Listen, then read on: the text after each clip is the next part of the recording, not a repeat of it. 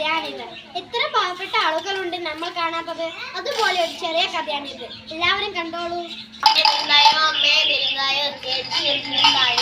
പണിയെടുത്ത് ജീവിക്കാൻ പാടില്ല.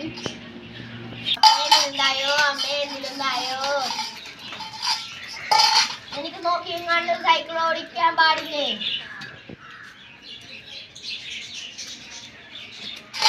എനിക്ക് നോക്കിക്കാണ്ട് സൈക്കിൾ ഓടിക്കാൻ മനസ്സില്ല.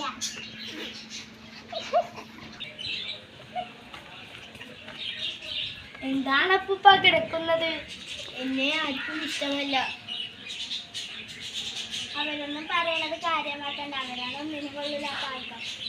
ഞങ്ങൾ നിങ്ങളെ സഹായിക്കാം. നീ നന്നായി വരട്ടെ. ഇപ്പോൾ നിങ്ങൾക്ക് മനസ്സിലായോ? ഇതാണ് സ്നേഹം.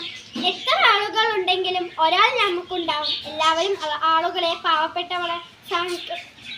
ഇതാണ് സ്നേഹബന്ധം. നിങ്ങൾക്ക് ഇത് ഇഷ്ടപ്പെട്ടില്ല?